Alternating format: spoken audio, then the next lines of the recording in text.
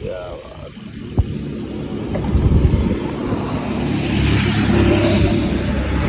इस लड़के को लाजमी पीना हो जनाब मन गर्मियां ना मौसम होवे ना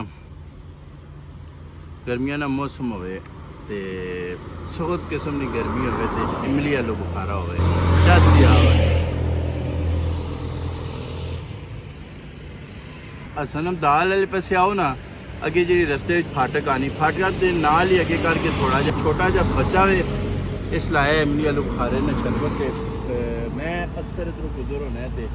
इस लड़के को लाजमी पीना और है भी बेहतरीन किस्म का जायका भी इसना और ठंडा भी होना है लेकिन मन सुकून आवे और मजे नहीं गल दसा पूरा गिलास पी रहना है ना पता जी गिटकियां होंगे सारा स्वाद ही इन्होंने होना है ये जदों तक ना खाओ तो यही समझो कि इमली आलू बुखारा सब पीता ही नहीं हूँ इन्होंने टाइम आ गया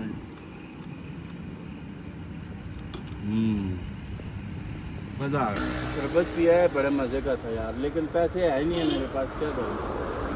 हैं ऐसे ही चला जाऊँ फिर कभी दे देना नहीं यार आप इतनी गर्मी में हमारे लिए ये बनाते हो खिदमत करते हो हम क्यों आपके पैसे रखें ये आपके पैसे और बहुत शुक्रिया यार बड़ा मज़ा आता है जब भी आपके पास आते हैं तो इसी तरह मेहनत करते रहो अच्छा